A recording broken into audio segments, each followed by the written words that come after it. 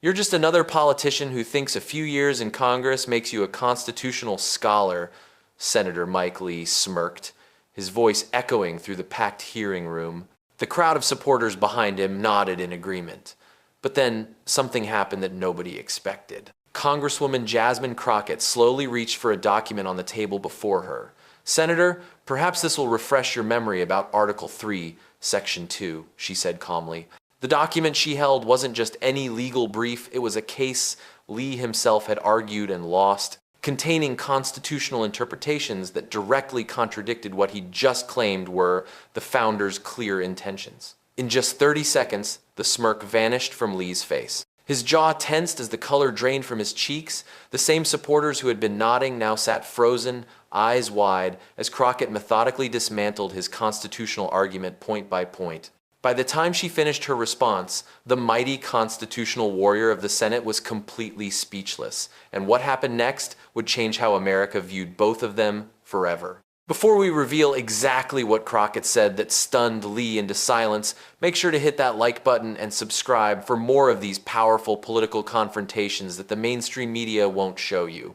The truth about who really understands our Constitution is about to be exposed. What do you think is the most important qualification for someone claiming to be a constitutional expert? Is it their law degree, their experience in court, or something else entirely? Share your thoughts below. This Senate Judiciary Committee hearing was supposed to be routine, just another conservative judicial nominee gliding toward confirmation with Senator Mike Lee running interference.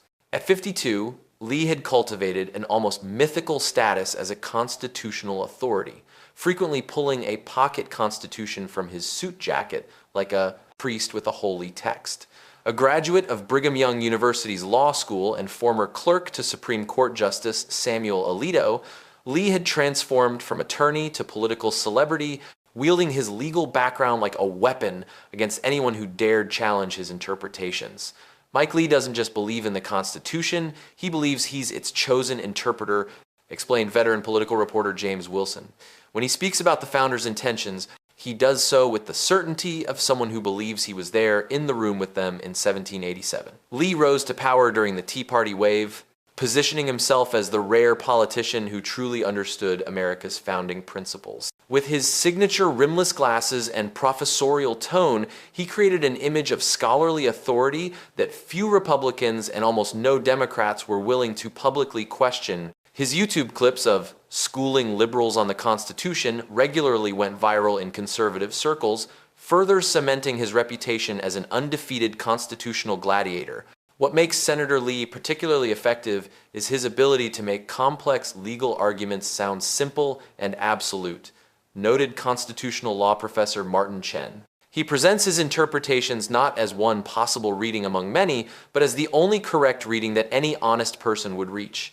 This approach served Lee well throughout his political career. He rarely faced opponents with both the legal knowledge and the courage to challenge him directly. Most Democrats on the Judiciary Committee, wary of being portrayed as constitutionally illiterate in viral clips, stuck to policy questions rather than engaging Lee on his preferred turf of constitutional theory. Lee's confidence had grown with each unchallenged hearing. Today, he had arrived at the committee room expecting another easy victory, a chance to promote Judge William Barnett, a fellow originalist nominated for the prestigious Fifth Circuit Court of Appeals. The nominee was controversial for his extreme views on presidential power and limited congressional authority, but Lee had prepared a masterful defense based on originalist principles. What Lee hadn't prepared for was Congresswoman Jasmine Crockett. Unlike Senator Lee, who transitioned quickly from legal practice to politics, Crockett had spent 15 years in the trenches of constitutional litigation before running for office. A graduate of the University of Houston Law Center, where she served as editor-in-chief of the Constitutional Law Journal, Crockett had built her reputation defending complicated civil rights cases in federal courts across Texas. When you've had to argue constitutional principles in front of skeptical judges who can dismiss your case with a stroke of a pen, you develop a much deeper understanding than someone who just talks about theory, explained former colleague Marcus Washington, who had worked with Crockett on voting rights cases. Jasmine knows the Constitution isn't just words on parchment, it's a living document that affects real people's lives every day. Crockett's path to Congress had been unconventional. Born to working-class parents in St. Louis, she had worked her way through college and law school, often holding down 2 jobs while maintaining top grades. After graduation, she turned down 6-figure offers from corporate firms to work as a public defender, believing the Constitution's protections were most needed by those who couldn't afford high-priced legal teams. Her decision to run for Congress came after winning a landmark case challenging racial disparities in bail practices, a victory that demonstrated how constitutional principles could create real change when properly applied. Since arriving in Washington, she had quietly established herself as someone who did her homework, reading every document and preparing substantive questions rather than seeking sound bites. Most members show up with staff-written questions and little understanding of the underlying legal issues, noted Judiciary Committee staff member Sarah Chen. Congresswoman Crockett is different. She not only writes her own questions, but often catches details that even our legal team misses. The confrontation between Lee and Crockett had been brewing since Barnett's nomination 3 months earlier. The judge had written controversial articles arguing that most federal agencies were unconstitutional and that presidential authority was nearly unlimited during national emergencies, positions that aligned perfectly with Lee's own views but worried many constitutional scholars. As the hearing began, Lee took the offensive, using his opening statement to praise Barnett's originalist credentials while preemptively dismissing critics as constitutionally illiterate activists who prioritize outcomes over founding principles. His confidence was palpable as he looked down the committee dais, his gaze briefly pausing on Crockett with barely disguised condescension.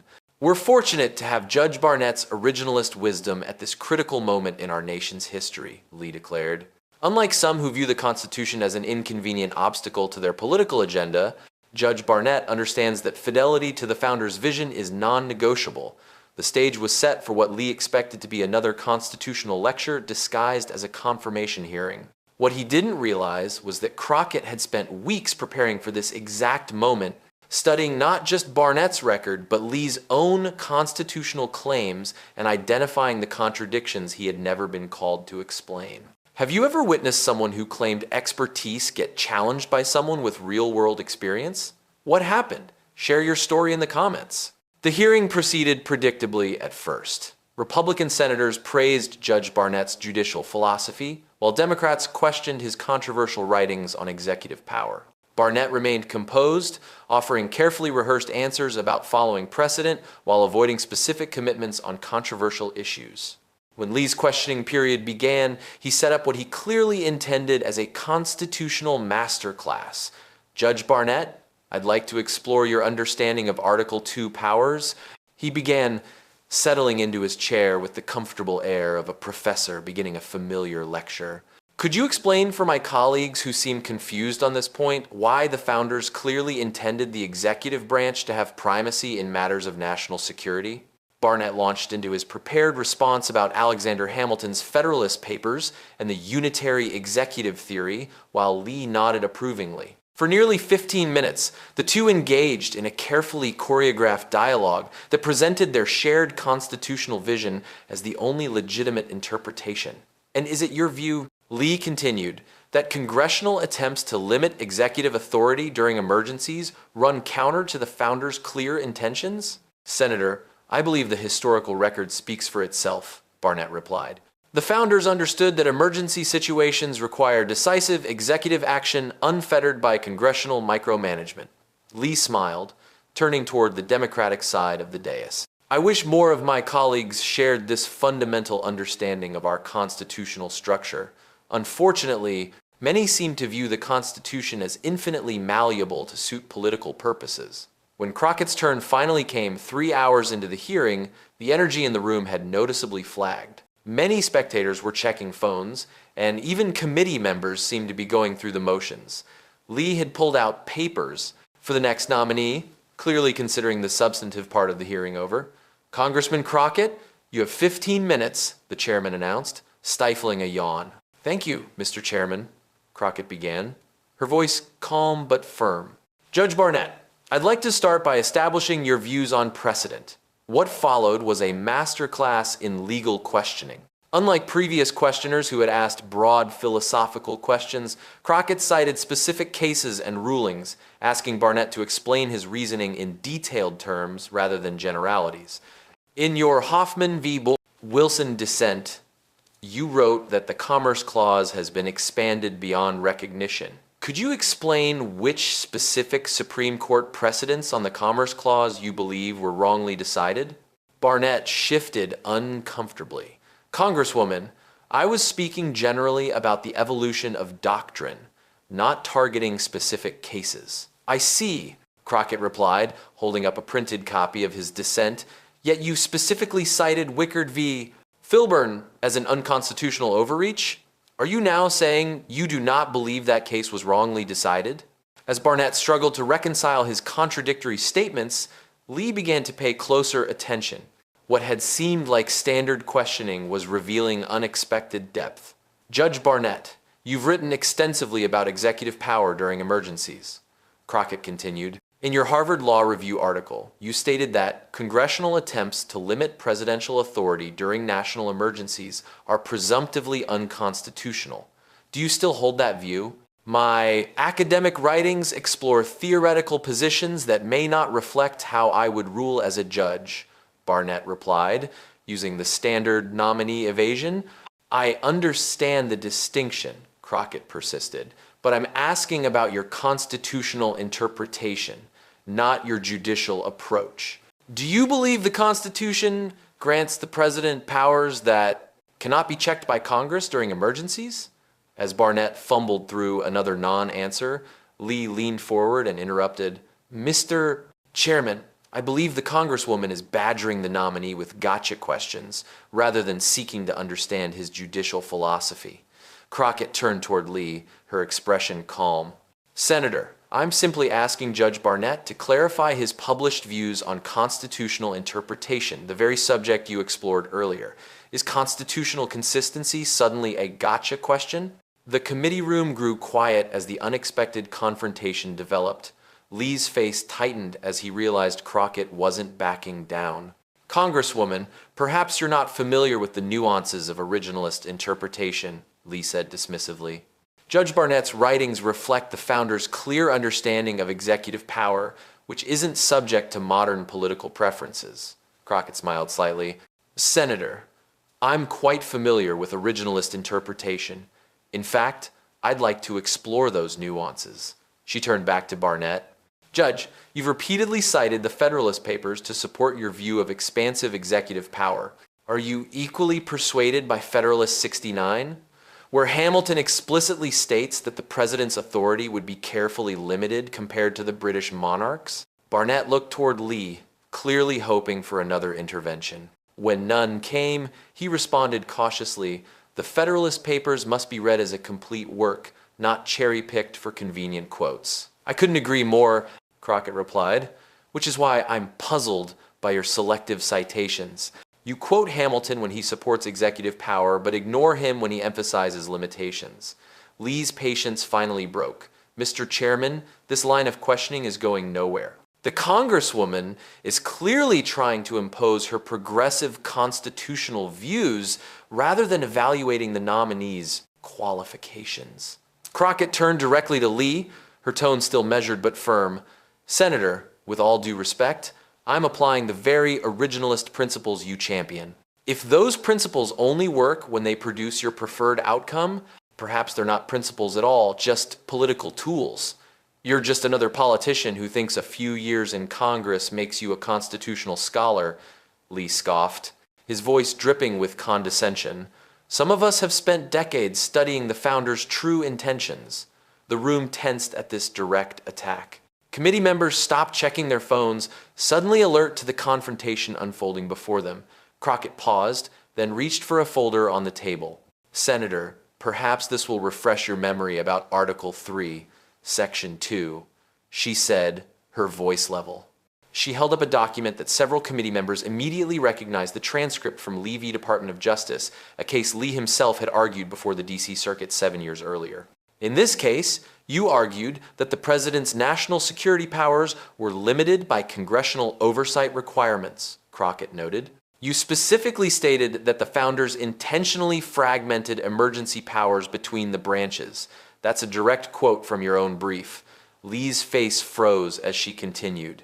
You further argued that no historical evidence suggests the founders intended to create an unchecked executive during emergencies, and that originalist principles require recognizing Congress's authority to establish boundaries on executive discretion. The committee room fell completely silent as Crockett methodically compared Lee's past legal arguments with his current position. With each contradiction exposed, Lee's expression grew more rigid. "Senator, I don't question your constitutional expertise," Crockett said, her voice still respectful but unflinching. "I'm simply noting that your originalist interpretation seems remarkably flexible, expanding executive power when a Republican holds office and constraining it when a Democrat does. The founders' intentions apparently change depending on which party controls the White House." Lee's face had turned an alarming shade of red. "Those arguments were made in a completely different context," he stammered. "The constitutional principles remain the same, Senator," Crockett replied. "Unless originalism means something different than you've been claiming all these years." For the first time in his Senate career, Mike Lee found himself without a ready response. The constitutional authority who never lost a debate sat speechless as his own words were used against him. Journalists in the press section were frantically typing notes while spectators exchanged shocked glances. "Let me ask you directly, Senator," Crockett continued, seizing the moment. "Has your interpretation of the founders' intentions regarding executive power changed since you argued this case? Or were you misrepresenting originalist principles then? Do you think politicians should be held accountable for changing their constitutional interpretations when politically convenient? Have you noticed other examples of this happening? Leave your thoughts below. What happened next would be replayed on news broadcasts and social media for weeks to come. Lee, visibly flustered, attempted to regain control of the narrative. Congresswoman, cherry-picking quotes from legal briefs without understanding the full context, is exactly the kind of constitutional amateur hour I'd expect from someone with your background.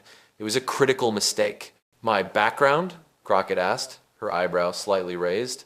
"Senator, I spent 15 years litigating constitutional cases in federal court.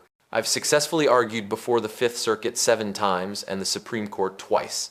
Before entering Congress, I was lead counsel in Morales v. Texas, which established new precedent on 14th Amendment protections. With all due respect, what was your last constitutional case before becoming a senator?"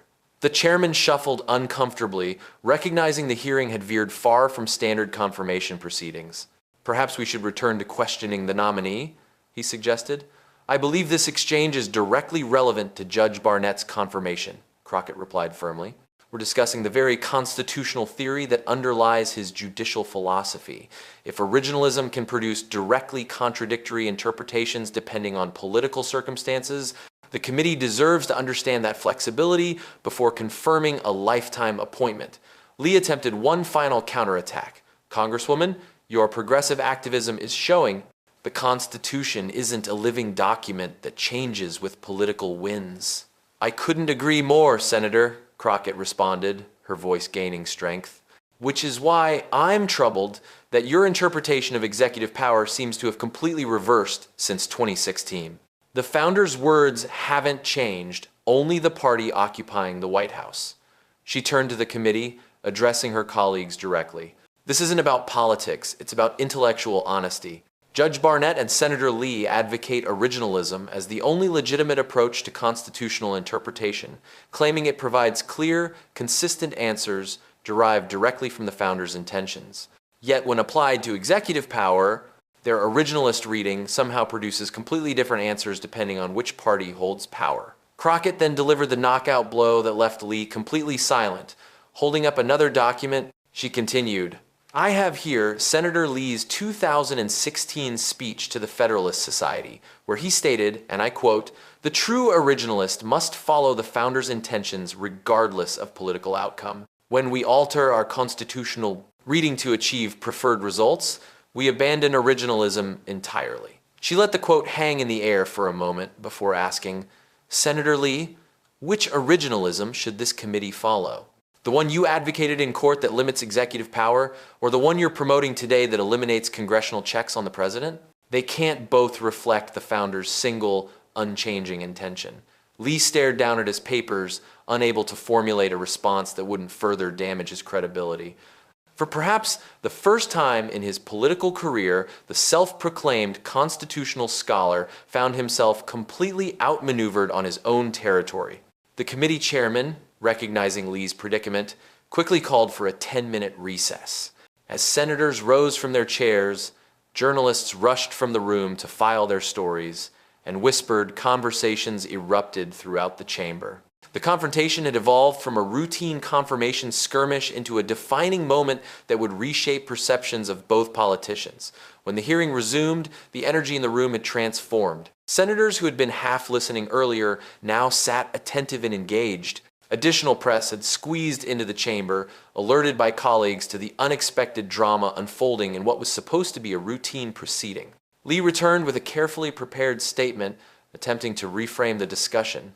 During the break, I reviewed the documents Congresswoman Crockett referenced. While I appreciate her attention to detail, she's comparing legal arguments made in specific contexts with broader constitutional principles. Different circumstances naturally require different applications of the same principles. It was a professional response, but the damage had been done. His explanation sounded hollow after Crockett's precise dissection of his contradictions. Worse, his dismissive attack on her qualifications now hung in the air thoroughly. Disproven by her impressive legal credentials and command of constitutional law, Crockett, recognizing her advantage, shifted her approach. Rather than further embarrassing Lee, she returned to questioning Judge Barnett with even more specific and technical constitutional inquiries that showcased her legal expertise. The message was clear. She wasn't just scoring political points, but demonstrating genuine mastery of constitutional law. Judge Barnett, she continued, given the evident flexibility in originalist interpretation, how would you approach conflicts between your academic theories and established Supreme Court precedent? As Barnett struggled through increasingly technical questions, legal observers in the room exchanged impressed glances. This wasn't political theater, but a serious constitutional examination from someone who clearly understood federal jurisprudence at its deepest level. By the end of her questioning period, Crockett had accomplished something remarkable. She had challenged not just a single nominee, but the selective application of originalism that had gone unchallenged for years.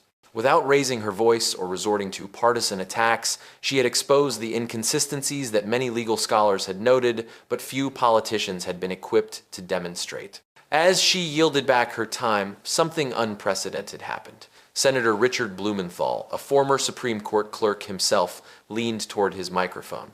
Mr. Chairman, I'd like to yield my questioning time to Congresswoman Crockett if she has additional inquiries. The chairman, visibly surprised, looked toward the parliamentarian who confirmed this unusual request was permitted. One by one, 3 more Democratic senators yielded their time to Crockett, recognizing that her questioning was more effective than anything they had prepared. For the next 45 minutes, Crockett conducted what amounted to a constitutional law seminar, pressing Barnett on specific cases, historical interpretations, and jurisprudential theories with a depth rarely seen in confirmation hearings. Throughout this extended examination, Lee remained uncharacteristically silent, his earlier confidence completely evaporated. As the hearing finally concluded, the chairman thanked both the nominee and committee members. "This has certainly been illuminating," he said, choosing his words carefully. "We'll reconvene tomorrow to continue consideration of Judge Barnett's nomination." Reporters swarmed Crockett as she left the committee room, shouting questions about her exchange with Lee. Rather than claiming victory or attacking Lee personally, she remained professional. Today's hearing highlighted important questions about constitutional consistency that transcend any single nomination. I look forward to continuing this substantive discussion tomorrow. Her measured response stood in stark contrast to the dismissive attack Lee had launched earlier, further cementing the impression of a serious legal mind rather than a political opportunist. As video clips of the exchange spread across social media, legal commentators from across the political spectrum weighed in. Even conservative legal scholar Jonathan Adler tweeted, Whatever your politics, Crockett's constitutional analysis today was impressive and substantively correct about originalism's inconsistent application to executive power. Serious questions were raised that deserve serious answers. By evening, the confrontation had moved from legal Twitter to mainstream coverage. The usually technical topic of constitutional interpretation had broken through to general public consciousness, with Lee versus Crockett trending nationally as viewers shared clips of the exchange with comments like constitutional smackdown and when preparation meets opportunity. For Mike Lee, who had built his entire political brand around constitutional expertise, the day represented his first significant public defeat on his home turf. The senator who regularly lectured colleagues about the Constitution had been exposed using originalism selectively to achieve political ends, precisely what he had accused his opponents of doing for years. Has today's hearing changed your view of politicians who claim special constitutional knowledge? Do you think more members of Congress should have Crockett's level of expertise? Share your opinion below. The impact of Crockett's constitutional masterclass extended far beyond that single hearing. By the following morning, the confrontation had sparked a national conversation about constitutional interpretation that transcended typical partisan divides. Legal scholars who rarely engaged with political theater found themselves explaining originalism on morning shows, while political commentators struggled to analyze an exchange that hinged on substantive legal arguments rather than talking points. Conservative legal commentator Michael Freeman acknowledged on his radio program, "I don't share Congresswoman Crockett's politics, but her constitutional analysis yesterday was legitimately impressive. She exposed a problem many of us in the legal community have noticed but rarely discuss publicly, the tendency to use originalism selectively to reach politically convenient outcomes." For Judge Barnett, the hearing marked a turning point in his confirmation prospects. What had seemed like a guaranteed appointment now faced serious questions, not because of political opposition, but because Crockett had exposed genuine inconsistencies in his constitutional approach. 3 moderate Republican senators requested private meetings with Barnett to discuss the concerns raised during the hearing. Senator Susan Collins told reporters outside her office, "Yesterday's hearing raised substantive questions about consistent constitutional interpretation that transcend partisan politics. I want to ensure Judge Barnett can address these concerns before making my decision." The White House, recognizing the shifting momentum, quickly assembled a team of constitutional experts to prepare Barnett for follow-up questions. An administration source, speaking anonymously, admitted, "We weren't prepared for that level of constitutional expertise from a first-term House member." Most confirmation hearings feature political speeches, not actual legal analysis. We're playing catch-up now. For Mike Lee, the aftermath was particularly difficult. The senator who had built his entire political identity around constitutional expertise now faced questions about his intellectual consistency. Conservative legal publications that had previously treated his constitutional interpretations as authoritative now examined his record more critically, identifying other instances where his originalist reading seemed to shift with political circumstances. Lee initially attempted to dismiss the entire exchange as political theater, but this approach backfired when constitutional law professors from his alma mater published an open letter addressing the substantive issues Crockett had raised. The letter, signed by 17 law professors including several conservatives, stated, "While we hold diverse views on constitutional interpretation, we agree that originalism, properly applied, should yield consistent results regardless of political context." Senator Lee's contradictory positions on executive power require explanation if originalism is to maintain intellectual credibility. 3 days after the hearing, Lee appeared on a friendly conservative podcast to address the controversy. Congresswoman Crockett presented a misleading comparison between different constitutional contexts, he insisted. Originalism has never claimed that all executive actions should be treated identically regardless of circumstance. But his explanation fell flat when the host, usually sympathetic, pressed him on the specific contradictions Crockett had identified. "Senator, you argued in court that the founders intended Congress to have oversight power during emergencies, but now claim the exact opposite. How is that consistent originalism?" Lee's uncharacteristically fumbling response only extended the controversy, with clips of both the original hearing and his struggling explanation spreading widely online. For Congresswoman Crockett, the hearing marked a transformative moment in her political career. The former civil rights attorney who had entered Congress just 18 months earlier was suddenly recognized as one of the body's foremost constitutional experts. Interview requests poured in from legal publications, law schools, and mainstream media outlets, all seeking to understand how a first-term representative had so thoroughly outmaneuvered a senator known for constitutional expertise. "I didn't prepare specifically to challenge Senator Lee," Crockett explained in an interview with the American Constitution Society. "I prepared to thoroughly examine Judge Barnett's record and constitutional approach. The contradictions between current arguments and past positions became apparent during that research." Her measured response, focusing on substance rather than claiming political victory, further enhanced her growing reputation as a serious legislator rather than a partisan warrior. When pressed about her exchange with Lee, she consistently redirected to the underlying constitutional issues. "This isn't about any individual senator. It's about whether our approach to constitutional interpretation maintains consistency across administrations or conveniently shifts to support predetermined outcomes." Law schools across the country requested permission to use the hearing exchange in constitutional law classes as a case study in effective legal questioning and the challenges of applying originalist theory consistently. Georgetown law professor Daniel Rodriguez told his advanced constitutional theory seminar, "What made Congresswoman Crockett's questioning so effective wasn't political grandstanding but methodical legal analysis. She identified specific contradictions and used opposing counsel's own words, classic cross-examination technique applied in a political setting." Perhaps the most significant aftermath came 2 weeks later when Judge Barnett's nomination received a committee vote. In a surprising development, 2 Republican senators joined Democrats in opposing his confirmation, citing unresolved questions about constitutional consistency that had emerged during the hearing. It marked the first time in decades that a judicial nominee had been defeated primarily on substantive legal grounds rather than partisan opposition.